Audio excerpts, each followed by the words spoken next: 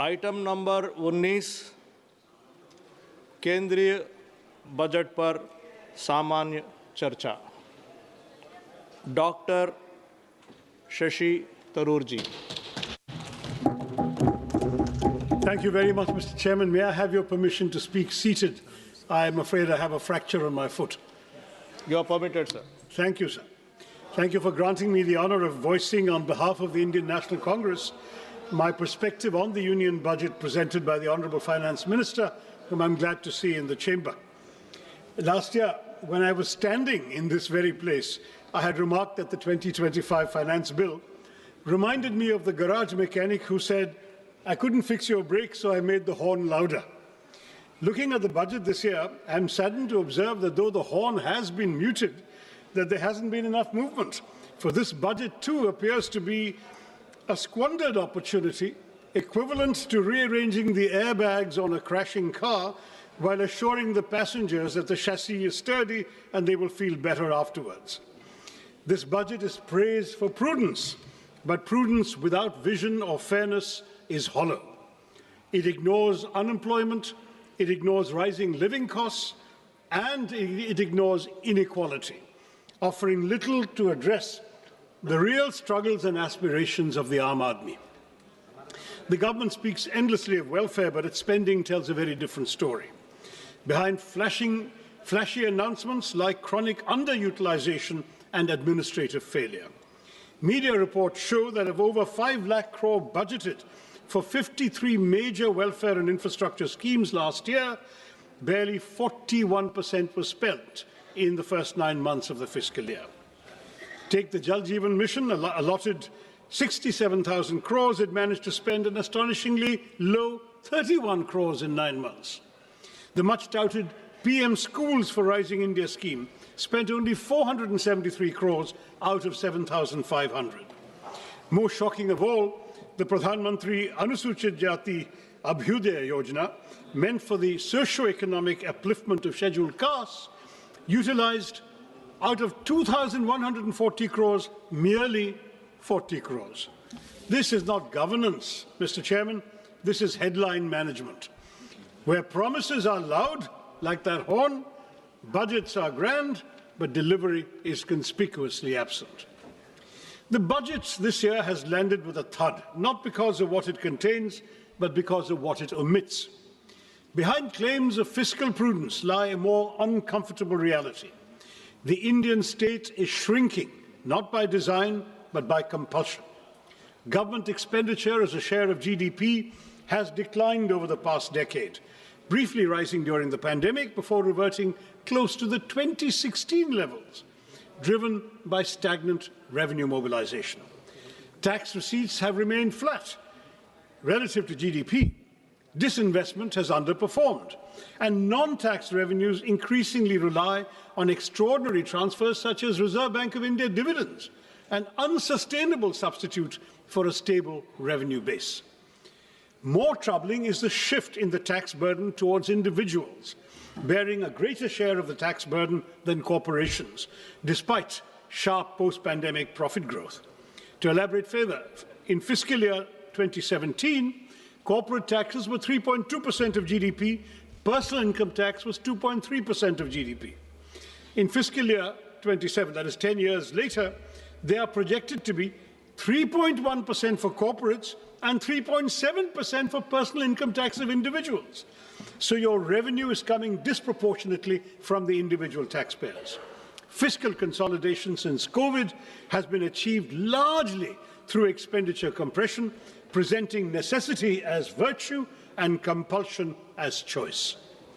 Within these constraints, the government has relied on low-cost measures such as tax simplification and targeted incentives, but the budget offers no credible medium-term framework linking spending to employment and productivity. Capital expenditure is emphasized, yet weak demand, stagnant wages, high youth unemployment, compressed welfare spending, and inadequate devolution to states all persist, leaving India fiscally disciplined but developmentally constrained, without the revenue capacity or strategic clarity to deliver real economic security for the Aam Aadmi. This is why, Mr. Chairman, this is what I call an underwhelming budget. Now, let me look at specific sectors. M.S. Swaminathan had famously said, if agriculture goes wrong, nothing else will have a chance to go right. And this, I believe, is as good a starting point as any. Mr. Chairman, it's high time we stop treating agriculture as some issue that will sort itself out, because 46.1% of India's workforce and 60% of our population depend on agriculture and allied activities. Despite agriculture contributing 16 to 17% of GDP, it receives only 3% of this union budget, 1.62 lakh crore, which is a 5.1% cut from last year's 1.71 lakh crore.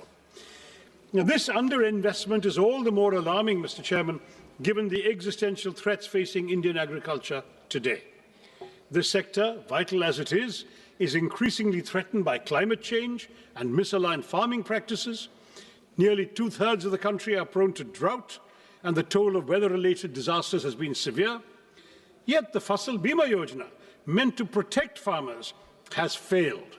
Flawed assessments and opaque settlements have reduced compensation to token amounts, 1 rupee, 3 rupees, 21 rupees, as your minister himself has acknowledged, turning protection into systemic injustice. Matters are worsened by cuts that leave the scheme at its lowest budget allocation in 8 years, fueling fears that new initiatives will repeat a familiar cycle of announcement without commitment, as seen last year when Gradley announced missions on cotton technology, pulses, vegetables, fruits, and hybrid seeds, all quietly faded with zero funding in the revised estimates. These announcements are like modern courtships, promises without commitment. That's what this government does to us. At a time when farm distress is deepening, the budget silence on revising the PM Kisan Nidhi disbursement speaks louder than any promise made elsewhere. हमारे किसानों की आय दोगुनी करने का वादा तो आपसे पूरा हो नहीं पाया। कम से कम उनकी सम्मान निधि ही बढ़ा दीजिए। पिछले 6 सालों से ये सिर्फ 6,000 रुपए पर ही अटकी हुई है।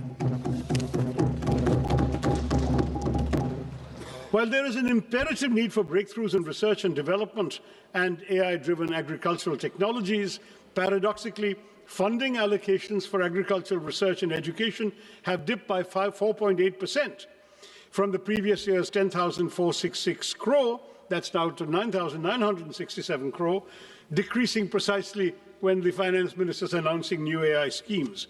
And frankly, Madam, touting a new AI app when the majority of our farmers can't afford fertilizers, harvesters, or tractors seems rather detached from reality, except of the virtual kind. Now, this budget speaks at length about crops from cashews to coconuts, yet ignores one of agriculture's most persistent concerns, pepper. Once hailed as black gold, the sector is now in distress in my state. In Kerala, which is one of the country's leading producers of pepper, output has fallen from 40,000 plus tons to 30,000 tons and is projected to decline by a further 28.7% in the foreseeable future. The uncomfortable truth, Mr. Chairman, is that our spice market faces such deep challenges today that if history repeated itself, the British might not even bother looting us for it. Next to unemployment. This House has had this conversation far too many times. We recite the same statistics, express the same concerns, and then move on, while unemployment quietly worsens. The data at the end of 2025 makes one thing unmistakably clear. Rural unemployment has stagnated at 3.9%, while urban unemployment continues to rise, ending at 6.7% in December. The crisis is now starting to concentrate where aspirations and frustrations are colliding in our cities. And yet even the centre's flagship responses have failed to rise to the moment. Under the Pradhan Mantri Kaushal Vikas Yojana, barely 41% of certified candidates secured placements. More than half of those jobs were concentrated in just 5 sectors. And of the 1,380 crores released, 278 crores remained unutilized. The Prime Minister Internship Scheme tells a similar story. Allocation 10,831 crores. Ministry spends 526 crores in the first 9 months. This pattern is recurrent, sir. In fiscal year 25, allocations were cut after large unspent balances, with actual spending at just 680 crores. So much for creating employment when we can't even spend the money allocated for the job of creating employment. And what of gig workers, the backbone of our new economy? There is no mention of them in the budget. Their welfare has been deprioritized at a time when unrest grows over the absence of clearly defined benefits, time-bound claims and appeals mechanisms, and mandatory disclosure of work hours, earnings and deductions. This silence further weakens the gig workers' access to social security in practice. Any discourse about the workers of our country stands incomplete without a discussion about Manrega, now replaced by the ambitious VB-G Act. It increased guaranteed work days from 100 to 125, introduced weekly wage payments, but at the same time it hollowed out the legal employment guarantee. While Manrega was demand-driven, fully centrally funded for unskilled wages, and rooted in decentralized planning, the new Act caps central funding through state-wise normative allocations, shifts 40% of the wage costs to most states, and allows the scheme to be paused for up to 60 days during the peak agricultural seasons, shrinking the real window of guaranteed work. Once a state's allocation is exhausted, workers' statutory right to employment effectively ends. This converts an open-ended rights-based program into a budget-restricted, centrally rationed scheme where fiscal ceilings override legal entitlements. The VB-G scheme received a massive allocation of 95,000 crores in this budget, yet it has a major overlooked flaw that also needs to be addressed as soon as possible, Madam Minister. It attempts inclusion, but perhaps unintentionally drives technological exclusion. Manrega trusted the panchayats and gram sabhas to plan work based on local needs and community strengths. But the G Act mandates dashboards with GIS tools, PM Gati Shakti layers, central digital stacks. Local priorities are filtered through a Viksit Bharat National Rural Infrastructure Stack, making biometrics, geotagging, dashboards, and AI audits statutory requirements. Thus, for millions of tech workers, rural workers, one tech failure will mean exclusion without appeal and work without skill considerations. Now, when you have millions struggling to find work, Mr. Chairman, the least the government can do is to ensure that they move freely across the country to seek opportunities. But here too, Mr. Chairman, we see a pattern of neglect that is as consistent as it is shameful. Nowhere, I might add, is this neglect of connectivity clearer than in Kerala. Despite repeated demands for new railway lines to decongest existing routes, the state finds no mention in the Finance Minister's much-touted 7 high-speed railway corridor initiative. One is compelled to ask, does strategic connectivity end where political inconvenience begins? The consequences of this neglect are borne daily by passengers and railway staff alike in my state. Chronic overcrowding has pushed passenger capacity to dangerous limits. Sanitation has visibly deteriorated. Even basic facilities remain inadequate. It's telling, Mr. Chairman, that locomotive pilots entrusted with the safety of thousands are forced to work without assured access to toilets. For passengers, the experience is no better. Overcrowded coaches, unsanitary conditions, and a steady erosion of dignity that no glossy brochure can conceal. These failures are structural, they're not incidental. The railway sanction strength across categories stands at over 2 lakhs, yet only about 1.59 lakh employees are in service. This staffing deficit compromises safety, delays operations, and stretches frontline workers beyond reasonable limits. A railway system cannot run on announcements alone.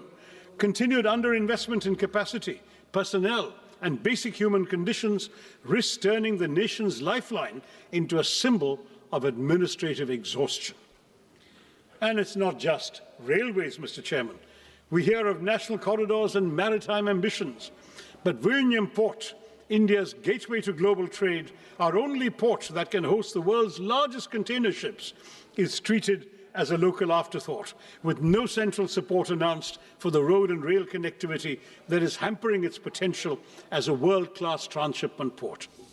Similarly, while 20 new national waterways are to be operationalized, it remains unclear how many, if any, will benefit Kerala. Ship repair ecosystems are promised in Patna and Varanasi, but not in a state with 44 rivers and a rich inland waterway network. Our coastal communities, Mr. Chairman, face the deadly peril of sea erosion that has already leached so much of our territory into the sea. But there is no money for the sea walls and groins so essential for coastal protection. I have been raising this repeatedly in the House over the last 15 years. The centre tells me it's the state's problem. The state says it has no money. So we continue losing our territory, our seafront, to the marauding ocean. The lives and livelihoods of our fisherfolk, mostly living below the poverty line, are apparently of no concern to our budget makers either. And if maritime connectivity disappoints, Mr. Chairman, should we rely on the air? The regional connectivity scheme, which promised to give wings to the armed Nagrik to lift aspirations off the ground, make the skies accessible to all, yet today, many of those promises lie grounded. Nearly a decade on, at least 11 airports launched under UDAN have seen flights taper off or disappear altogether. Runways without aircraft, terminals without passengers, skies conspicuously empty. Last year, we were promised a modified UDAN with 120 new destinations and 4 crore passengers. But in this budget, Mr. Chairman, UDAN does not even earn a mention. Not just that, but for fiscal year 24-25, a total of 81 airports owned and operated by the Airports Authority have incurred financial losses. Duopolies have led to declining service quality, with the Indigo fiasco exposing the vulnerabilities of our airline industry. When aviation policies cannot stay airborne beyond announcements, one must ask whether this government is still committed to democratizing the skies, as it claims, or rather, as the minister claimed last year. Mr. Chairman, if connectivity cannot move people physically, one would hope education might lift them socially and economically. But here too, we see a betrayal of promises. India speaks of global excellence while presiding over domestic neglect. The national education policy promised 6% of GDP for education. Years later, spending remains at barely 4%, with the union government contributing only 0.4% and leaving states to shoulder an unsustainable burden. The consequences are visible and damaging. Over 1.5 lakh schools lack electricity, thousands lack toilets, ramps, or basic facilities for children with disabilities, and the foundations of learning continue to crumble even as we advertise world-class universities. This neglect hits the most vulnerable the hardest. For scheduled castes, enrollment falls from 99% at the preparatory stage to 70% at the secondary level. For scheduled tribes, from 99% to just 67%. These numbers reveal a system where poverty pushes students out of classrooms and into premature work. We are told artificial intelligence will shape our future, yet only 52% of government schools have functional computers, just 58% have internet access. Where is artificial intelligence going to come to these schools? Technology without access is not transformation, Madam Minister. It is exclusion by design. Continued underfunding paired with grand promises will not uplift our children. It will mortgage India's future at a discount. Mr. Chairman, if education is one pillar of development the government should care about, health is surely the other. Budgets may speak in numbers, but nations are built in flesh and blood. And any budget serious about India's economic potential must invest in human capital, because healthcare is not charity, it is foresight. Yet public health spending remains below 2% of GDP, missing even the government's own promise of 2.5% after COVID. An allocation of over 1 lakh crore to the health ministry may sound impressive, but ambition must be measured in proportion, not in numbers. The consequences are now visible beyond government hospitals. Since 2019, over 600 private hospitals have exited the Ayushman Bharat Jan Arogya Yojana, revealing the fragility of coverage without delivery. insurance that arrives late is merely distress deferred. Meanwhile, the fundamental determinants of health, clean air, safe water, nutritious food, and mental well-being continue to deteriorate even as disputes rise and mental health indicators worsen. A nation that seeks economic greatness cannot afford to economize on the health of its people.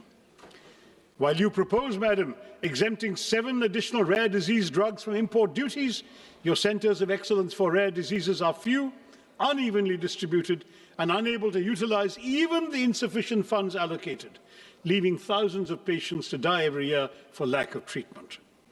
And nowhere is this pattern of neglect more glaring than in the case of the long-promised AIMS in Kerala.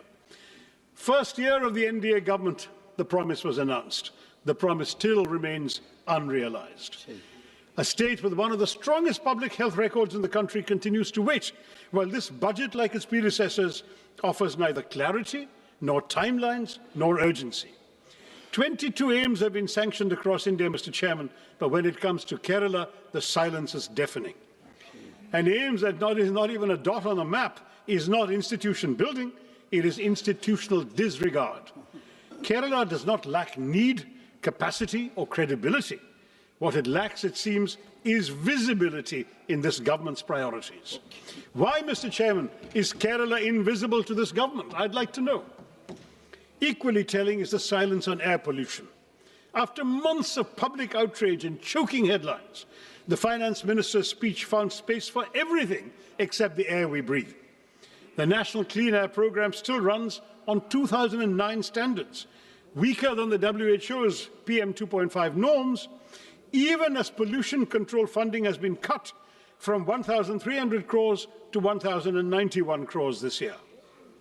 A budget that saves on rupees but ignores the air its citizens breathe reduces development to bad arithmetic, not good progress.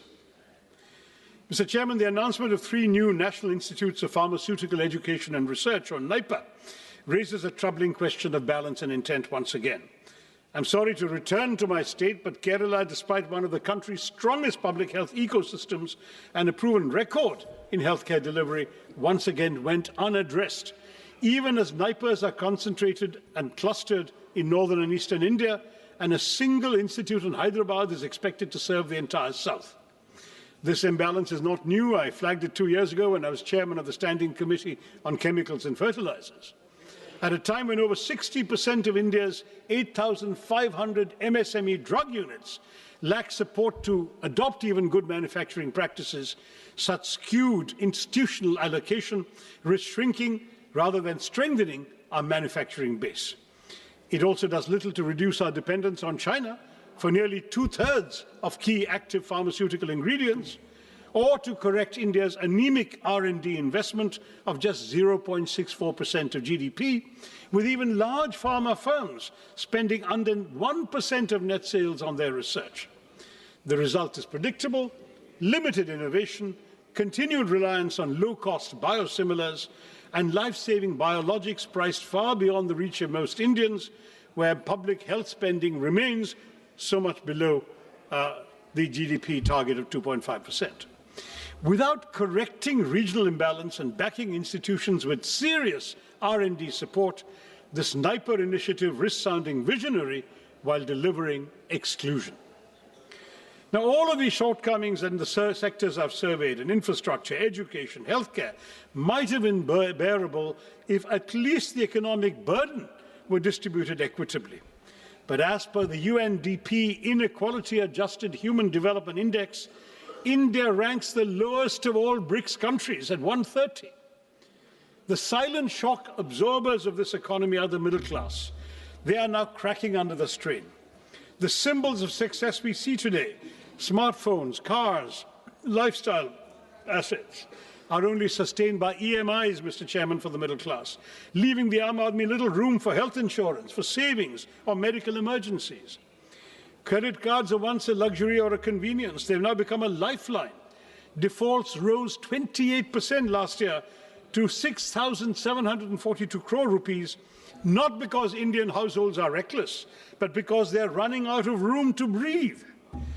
With 2.9 lakh crore rupees in outstanding dues and 10.5 crore cards in circulation, borrowing has become the price of staying afloat. Even as households struggle, the tax burden has quietly shifted onto them. Personal income tax now contributes over half of all direct taxes, while the corporate share declines, as I mentioned earlier. And while last year's budget at least acknowledged middle-class housing stress through the Swami Fund, this budget offers only silence.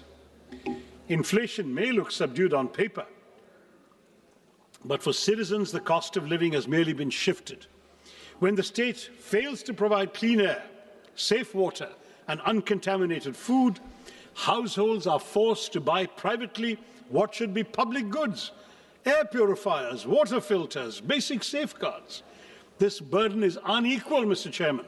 The privileged can protect themselves, while the poor remain exposed. A nation cannot grow by exhausting the very people who sustain it. The Aam Aadmi who are financing this government are being sent deeply troubling signals on taxation. A one-time concession allowing special economic zone manufacturing units to sell domestically at reduced duties is little more than tokenism when the SEZ ecosystem itself is collapsing, with hundreds of zones shut and employment in free fall. More disturbing still is the withdrawal of income tax exemption on disability pensions for defence personnel. This move weakens social protection for disabled veterans who've risked their lives for our country and draws an indefensible line between service-related disabilities and abdication of the state's moral duty to those who have made such sacrifices for the nation. Now, I'd like to acknowledge that amid this disaster and disorder, there has been some measure of fiscal discipline. The fiscal deficit has edged down from 4.5% to 4.4%. Minister speaks of a further reduction to 4.3%, and that sounds reassuring on paper. But I've been in this House long enough, Mr. Chairman, to remember when her predecessor, the late Arun Jaitley, as Finance Minister, set a target of 3.5%. We're nowhere near that benchmark today, yet we seem eager to applaud for settling at a much higher number. Perspective matters, sir, and without it, these figures lose their meaning, especially when they fail the only test that truly counts: whether the Aam Aadmi has more money in his pocket, whether he has wages that keep pace with prices, whether he or she has a life that is becoming easier. Fiscal prudence cannot be celebrated in isolation when household budgets remain under strain and economic security is elusive for millions. In this budget, the Union government has once again doubled down on an infrastructure-led growth strategy, raising capital expenditure to 12.2 lakh crores on the assumption that public capex will crowd in private investment and generate jobs. But this promise has yet to materialize. In fact, it hasn't materialized at all during this government's tenure. Private investment has throughout remained sluggish. Labour-intensive sectors are crowded out by capital-heavy projects. Welfare spending has been compressed, and key subsidies and social sector allocations fall short of stated goals. The burden has increasingly been pushed onto the states without adequate devolution of tax revenue. Meanwhile, unemployment, particularly amongst educated youth, remains distressingly high, and capacity utilization continues to remain below levels that would trigger a genuine private investment cycle.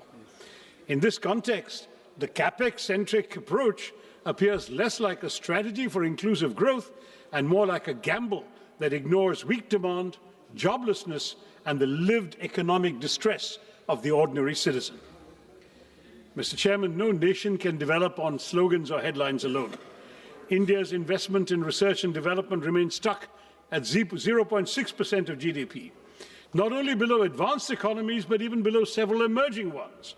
China invests about 2.4%, Brazil even over 1%, the US 3.5%, South Korea 5% of GDP. A country that aspires to be a manufacturing and knowledge powerhouse cannot afford to treat research and development as an afterthought. I would urge the Minister to elevate R&D as a national priority. Now, on urban cities, on our cities, it should be pointed out that the hesitancy in innovation is reflected in the Smart Cities mission, which has become a reminder of unfulfilled promises. A decade after Smart Cities was announced, Deadlines have been repeatedly extended from June 23 to December 25. No real change on the ground. Claims of 96% completion certainly ring hollow for somebody from Thiruvananthapuram or Warangal or Silvassa or Port Blair, because they're all incomplete. Large parts of the northeast continue to lag, leaving even the Parliamentary Standing Committee unconvinced. Instead of transforming urban life, the mission has largely polished a few elite enclaves, while basic services for millions remain untouched. I can't not mention the new interim trade agreement with the United States, sir, because that has just come out after the minister's speech. It looks less like a free trade agreement than a pre-committed purchase agreement that overturns every principle of reciprocity. How can we speak of a reciprocal tariff of 18% on one side and 0% on the other? At a time when India's total bilateral trade with the US stands at roughly 130 billion US dollars, and we have a trade surplus of only 45 billion US dollars, we have surprisingly promised to buy $500 billion worth of American goods over 5 years. This effectively converts a surplus into a long-term deficit by executive assurance rather than by market demand. No major economy has ever neutralized its own trade leverage in this manner. While the US continues to impose import tariffs of up to 18%, we have committed ourselves, apparently according to this joint statement that I've been seeing here, joint US-India statement, to impose tariffs up to 18% on Indian exports, and we to slash tariffs to near zero levels, open agriculture, dilute data localization, soften intellectual property safeguards, and even redirect strategic energy imports, especially away from Russia, to meet purchase targets. Now, this is not strategic balancing, it is economic preemption. Parliament has neither been told how farmers, MSMEs, and domestic industry will be protected, nor why India has voluntarily surrendered its negotiating power without securing proportional market access. Without securing proportional market access or policy space in return. I know the government will say, wait for the final agreement, it's coming in mid-March, but let them be aware these concerns exist right now, sir. Yes. The government's claim that India has secured a better deal than China, Vietnam, or other Asian economies does not withstand scrutiny. While India has obtained a tariff reduction of 1 or 2 percentage points from them, no East Asian economy has agreed to deliberately dilute its trade surplus with the US through guaranteed purchase commitments. On the contrary, China, Vietnam, and several ASEAN countries have actually expanded their trade surpluses with the US, even amid heightened trade tensions. And this ambiguity, Mr. Chairman, has a direct bearing on the credibility of the budget itself. When both the Minister of Commerce and Industry and the Minister of External Affairs were questioned on these commitments, they were really offered no clear explanation of their scale, timeline, or fiscal implications. Now, the reason I mention this in the context of the budget is that key budgetary assumptions on trade balances, external financing needs, and overall macroeconomic stability rest on information that the Parliament does not possess and has not been given. A budget framed amid such uncertainty is not just incomplete, it asks this House to approve numbers without knowing the obligations that may soon overtake them from this trade agreement. Now, I do want to say that when the two ministers play ping-pong with each other, saying it's not in their mandate to answer the question, each one attributes it to the other, then that looks like a rather disappointing game, because when no minister claims ownership of something like this, accountability disappears, and Parliament is left staring at a budget that conceals obligations that the government seems to lack the courage to admit openly. In short, Mr. Chairman, the real weakness of this government's budget lies in its implementation, where rhetoric is not matched by reality. Let me quote that famous verse once again by Mirza Ghalib, which I think perfectly captures our reality today as reflected in this budget and its aspirations. Humko malum hai jannat की हकीकत हमें मालूम है जन्नत की हकीकत लेकिन दिल बहलाने के लिए गालिब ये ख्याल अच्छा है. That seems to be what we have had inflicted upon us. We know the reality behind these claims, these tall promises, these narratives of model governance, but they're not policies grounded in outcomes, they're carefully curated illusions. Glossy schemes, utopian projections, they might soothe the imagination, dil to behlata hai. But everyday life for the ordinary citizen of India has remained unchanged. Hope is repeatedly sold, but delivery remains perpetually deferred. Viksit Bharat by 2047 is an admirable ambition, safely more than 2 decades away. This budget offers no credible pathway to reach it. Instead of narrowing the gap, it widens it. Unemployment continues to rise. Poverty hardens. Jobs remain scarce. Wages remain stagnant. Small businesses, already gasping for relief, are smothered under layers of compliance, while informal workers, gig workers who sustain our economy with their labour are pushed further into invisibility and insecurity. Government promises railways, yet stations crumble. They speak of flight, yet Udan has flown away. Our pepper, once celebrated as black gold, withers under neglect. Our long coastline stretches endlessly, but is ignored when it comes to protecting it. Education is curtailed precisely when it should be expanded, while the rhetoric of world-class technology and AI grows louder. 1.5 lakh schools still function without electricity, yet Viksit Bharat is spoken of as if the lights are already on. When vision is severed from reality, it ceases to be aspiration and becomes merely an illusion. A truly Viksit Bharat will not be built on slogans, Mr. Chairman, not built on speeches or symbolism, but on delivery that reaches the last citizen of India.